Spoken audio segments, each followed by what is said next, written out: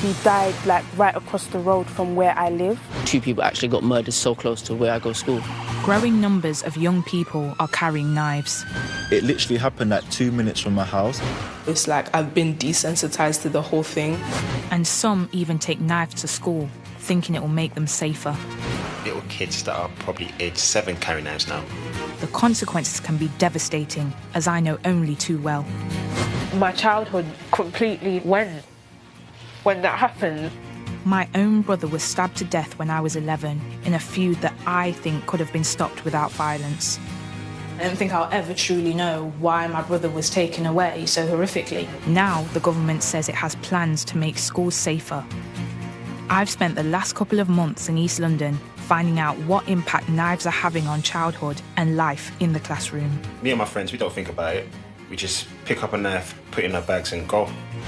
It's terrifying and scary.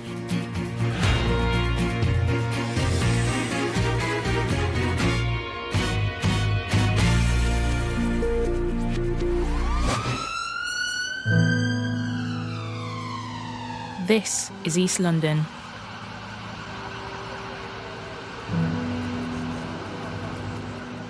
Here at this youth club, children are being taught what to do if they see a stabbing. This is the blade or the knife you got stabbed with. So, would we take it out? No. Why? You will then start to bleed out. And it's like a plug. You see like a plug in the bathroom. Once you take it out, it starts going down. So you shouldn't take it out, obviously. So let's say that I'm putting like this. Just a little bit of blood is coming out right now. But then, if we take it out, a lot of blood comes out. So that's why you just leave it in no matter what. In the last year, more than 800 sessions like these have been run in cities across the country. Okay, so if I've been hurt and I still have a sharp object in me, I would call the ambulance. And then I would apply pressure. So where do I apply pressure? On top of the wound? Or around the wound? Knife crime is at record levels, with over 47,000 offences recorded across England and Wales in the last year. London has the highest number of crimes. Children like these are increasingly getting caught up in the violence. So you never stop applying pressure. That's like very, very important. Because if you do, blood will be lost. Injuries caused by sharp objects are rising twice as fast among 10 to 19-year-olds than in any other age group. If you have like a hole like this and you're kind of pushing it together... These kids are 12 to 15. I'm finding this hard to watch. You don't know what's going to happen. It could happen any day, any time, anywhere. Even though they are bleeding, we need to make sure that we regulate their body temperature. Those kids in there, the fact that they are 12, 13, 14-year-olds they're young. They're at an age where they shouldn't have to think about death or of knowing what stabbings are. They shouldn't need to know that.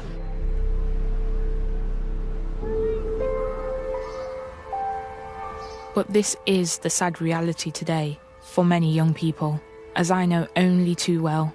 My brother Daniel was stabbed and killed near his home in Nottingham. Daniel didn't carry a knife, but because someone else did, he's not with us anymore.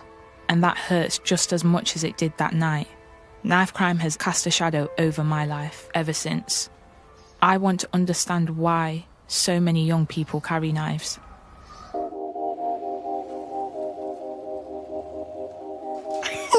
Kyan, from the first aid session, is just 12.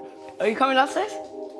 And like me, he's already experienced the fallout of violent crime on his doorstep. There was a shooting like around the back where the gardens are, and there was a stabbing at the corner shop about 3 weeks ago. It's terrifying and scary because I didn't know people were that cruel to be doing that. It happened like near a house, so I'm like, it could happen to anyone, like someone I know. Wait. He's scared to go out because he feels, something can happen to him. And I'm saying to him, don't think like that, but it's a reality. You know, the kids are getting younger, they're doing things at younger ages, so it's not nice that they have to see these kind of things and live in it. I don't go out unless it's like with my family. When I was younger, I used to play football with my neighbours. I like going out and not spending my time trapped inside. But Kyan and his 2 younger brothers do feel trapped inside. His parents, Jermaine and Gina, grew up in this part of Hackney. It's not like how it was when we was younger. We could come outside anytime we wanted, play, ride around. For the kids to see something like that so close to them, you kind of try and shelter them from things like that. But when it's right there on your doorstep, you can't get away from it. They're limited already to where they can go and how far they can go, but now it's even more like you want to keep them at home. It diminishes their childhood. They don't get the same freedoms of just being a kid, being able to just go out and have fun, knowing that they're safe.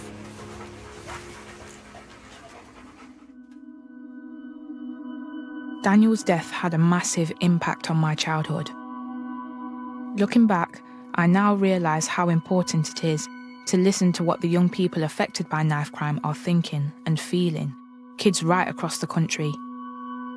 In my time in East London, I've spoken to dozens of kids whose lives have been affected by knives.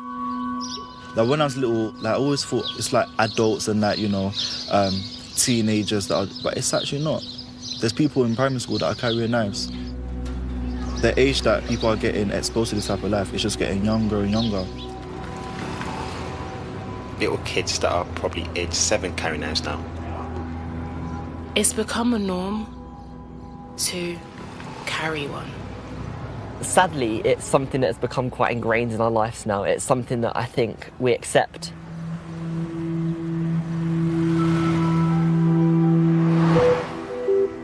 Children as young as 4 have been found with knives in schools, according to new police figures. And it's estimated that over 17,000 children between the ages of 10 and 15 have carried a knife in the last year.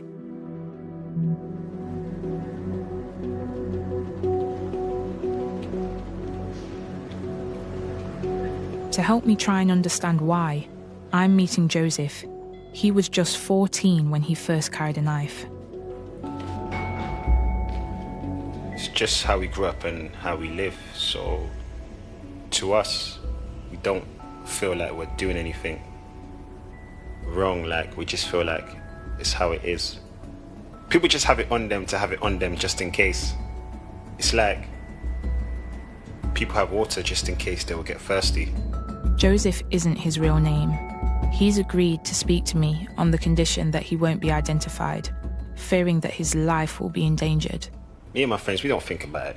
We just pick up a knife, put it in a bag and just go. Like, there's no second thought. Do you just go in the kitchen and get one? It won't be like a kitchen knife. It'll be like a little small flicky or, yeah, my friends, like, they carry like a big one, but... What's a flicky? It's like a little one you could just flick up and just... Okay, right. Yeah, that's about it. It's easier to hide. I don't carry with the intention of, oh, I'm going to stab someone. Like, I carry with the intention to protect myself. Like, if someone's trying to attack me, yeah, like, I'm going to have to, like, protect myself. It may be fear that drives young people to carry knives, but as I know from my own experience, knives, knife crime, can destroy families. It's the consequences of the actions of the people that are carrying the knives that just unfortunately go onto the family. Yeah, but obviously their family will be hurt, but then again, if something did happen to me and my family would be hurt. So, yeah, you don't think like that. Death is like nothing, to be honest. It's normalized. So families getting hurt in that, it's not something people think about. It breaks my heart to hear Joseph talking like this. It feels like there's no route out, like it's a lifestyle that a lot of young people feel like they have to lead in order to survive it, and it's sad. It's even sad to know that people are just normalised by this sort of lifestyle.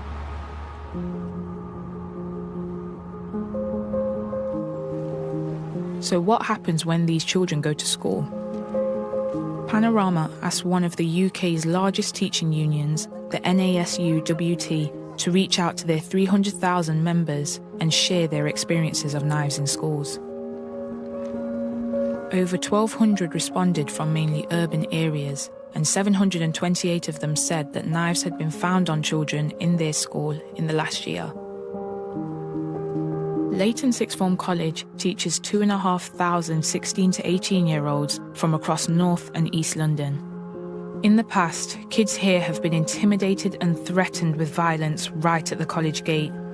And earlier this year, the area made national headlines when a 14-year-old boy was knocked off a moped and stabbed to death.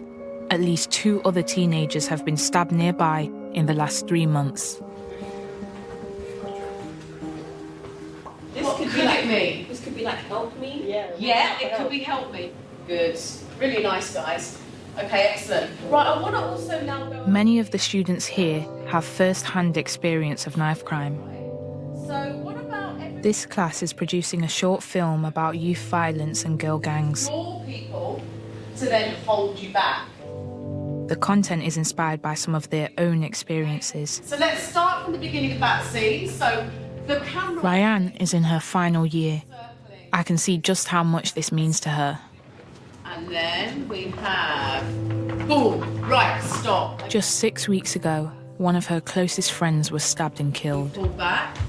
She comes in, and that is the moment when we have the stab, okay? Which comes from this... Watching this is difficult.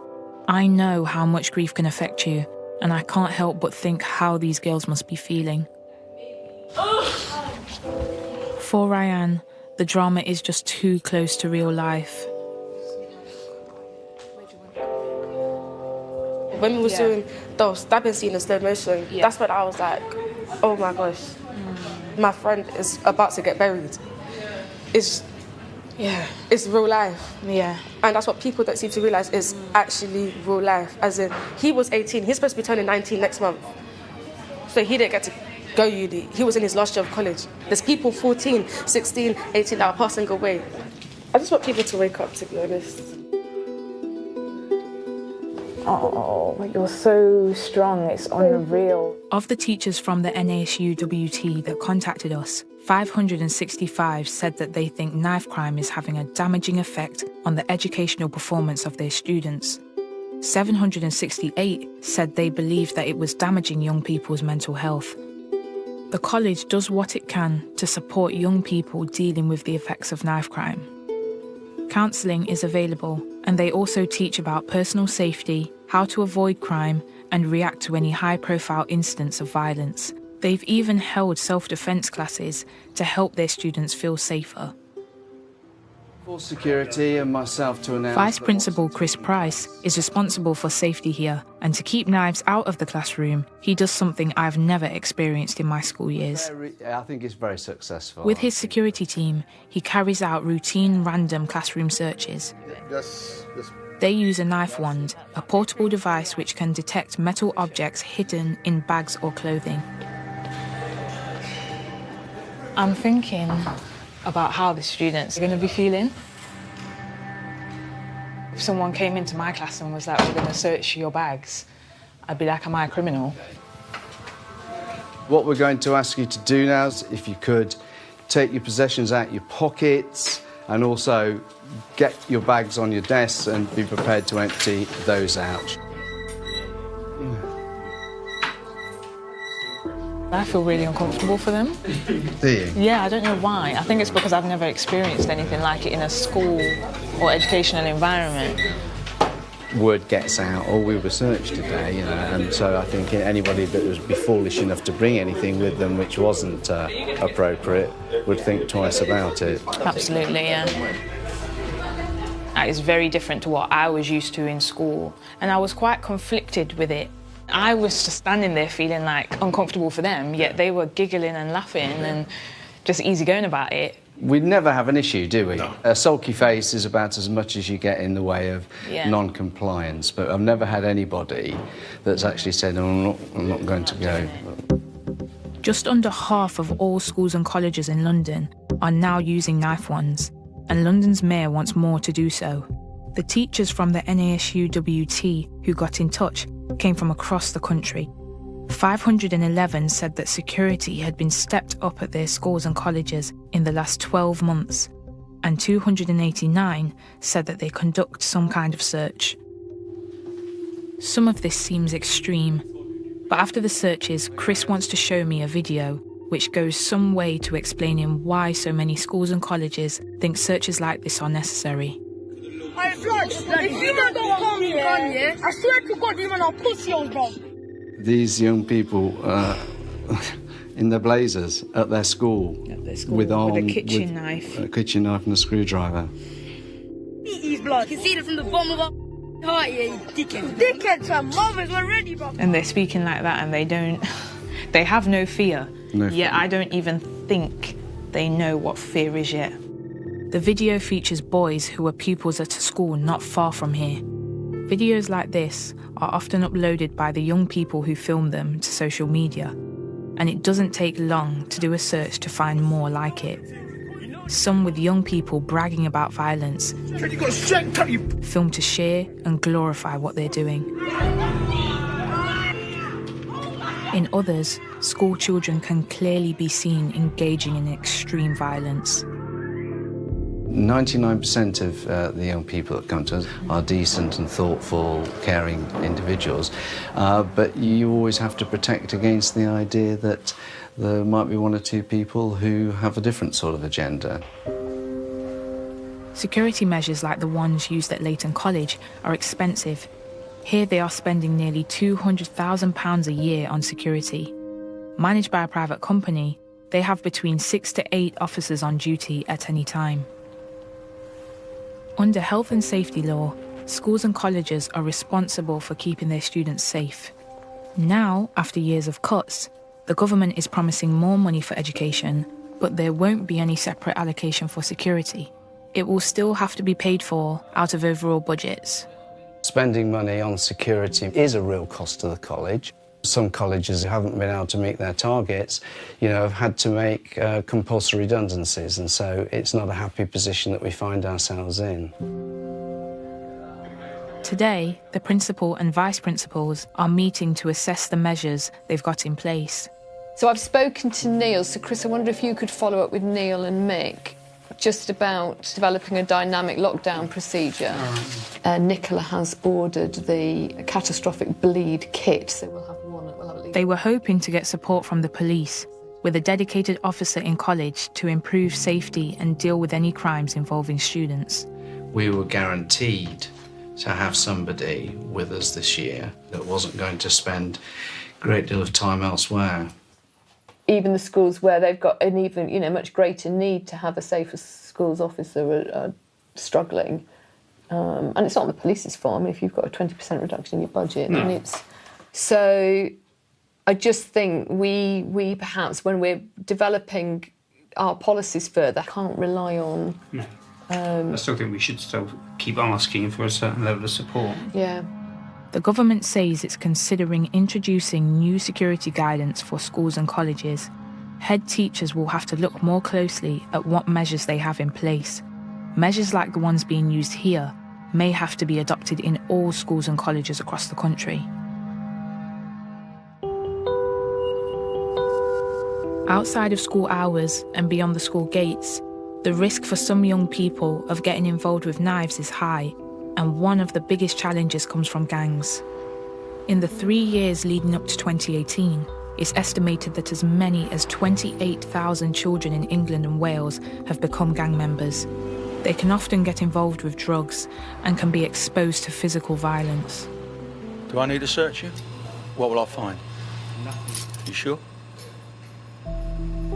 This specialist school takes children from across London and the home counties. Many have been excluded from mainstream education. Some have been involved in gangs and violent crime. To protect the pupils here from further risk of violence, we are concealing theirs and the school's identity. 14-year-old Danny was permanently excluded from a mainstream school, but is being supported here to try and help him move away from a life where serious violence was very real. Before I came here, I was involved in a lot of stuff. Like, it was when I was very young as well, like just like year 7, year 8, and I just got around like the bad people, like the wrong crowd. Then I started doing stuff that I shouldn't have been doing at that age. That's what people like to call like loyalty and stuff like that. So would you say that doing that was putting you in some sort of danger? Yeah. Yeah. There's always going to be someone that doesn't like you or you don't like them. And 9 times out of 10, they're always going to have something on them. So there's always that thought of, oh, imagine if I see that person and I don't have my knife on me and they do, what's going to happen? There are some issues out in the local community, and when they come here, they need to know that those issues are left behind. This is a place for people to feel safe. Every pupil is searched when they come into school. Sometimes with the wands we have found knives on students. You know, and the really sad thing about it is when you talk to them about it, they feel they need to carry them for protection. There's a feeling that if you don't have a knife, then, you know, you're facing being stabbed yourself and potentially killed. A lot of what I'm hearing echoes what I've heard elsewhere. Young people carrying knives because they think that it will keep them safe. Schoolboy Danny was drawn into a life of selling drugs. You see the older generation, yeah, they influence it. They make things look like luxury to you if you do that stuff. Like, yeah, get involved in art, gangs and that, it will be a blast, like so much money, bare girls, you know what I'm saying? Like, drugs, yeah, smoke weed, like all day, like. It's not just that they hide the bad stuff. Like, they groom you to do all these things, but when you're actually doing it, you're like, hell, why am I here? Why am I doing this? Like, you'll be missing your margin. That'll mean you're out in Manchester bagging up crack, and you're like, why am I here? I should be playing games with my mom. That's what people don't realize. They don't think about what's gonna happen after. They only think about the good stuff. And then when did the moment come where you wanted to get out? The moment came when I got arrested for it, so the experience of being arrested, did it just kind of bring it home? Yeah. How old was you then? I was 13.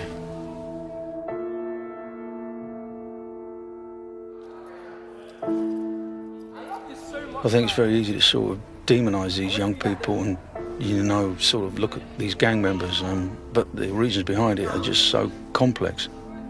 You know, a lot of these children, because that's what they are actually victims and have been exploited. At times, these boundaries and structures and the family support that most people take for granted are missing. The support services which were there to work with them have disappeared. They may have failed in school and been kicked out, and then they get coerced or encouraged to get involved in knife crime. To help the children here, the school gives one-to-one support through mentorship, and although they have a much higher staffing ratio and more resources than a mainstream school, I can see that building relationships and giving them positive role models is key to keeping them in the classroom and away from the dangers outside. They are acutely aware of the risks that a permanent exclusion and being on the streets can bring. We do whatever we can to make sure that we keep the young people in school, and that can be a battle, trust me. I think the consequences of being permanently excluded from school can be devastating. Young people who are permanently excluded from schools are more likely to become members of gangs. They're more likely to become victims. Children who are excluded from school are twice as likely to carry weapons like knives, and children that carry knives are more likely to become victims. Schools are increasingly a safe haven for children caught up in this life. Are you glad that you came here? Yeah, it's made me mature a lot. In here, like, they all care. They all try to help you, like, get away from all that stuff, like. Where do you think you'd be if you weren't in school? I would probably get involved with that stuff I was before, but I'm not trying to go back to there. I hope you don't. Me too. I don't want to go back there. I'm so relieved Danny's getting the support he needs here. It seems that school has actually been his salvation. But of course, kids can't be in school all day. Our fundamental ethos is about keeping them safe, but, you know, we have the young people for 6 hours a day, and the streets and the areas have them for 18. For the young people I've met, stepping out of the safety of the school gates presents real danger. You don't know what's going to happen to you when you step out. Does it get quite tiring thinking that way? Sometimes you just want to just walk out your house and feel free. Just want to feel free, like go certain places without having that thought in your head that, oh, this could happen, this could happen. You're hearing about all the knife crime around, but you don't know where it's going to be. So like, and you could be in the wrong place at the wrong time. 7 weeks after her best friend was stabbed and killed, Ryan is trying to come to terms with her grief. It just really broke me. What really topped it off was the fact that when the police left the scene, they left the blood there. It was his family and his friends that had to clean the blood off the floor. I can't get my head wrapped around it because it's not nice losing someone to knife crime.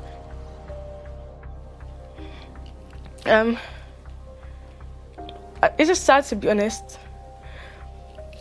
Sorry. Sorry. It's become really normal to the point that whenever they hear another stabbing, they don't actually talk about it. They just say, this person's been stabbed to death, end of, next. That this is another stabbing, end of, next. It's terrifying listening to Ryan and the others I've met talking about knives. For increasing numbers of young people, children, knife crime has become normal, expected. Knives are changing childhood and changing schools. Today, teachers aren't just responsible for making sure their students get through exams, they have to teach them how to stay safe, away from violence and away from knives.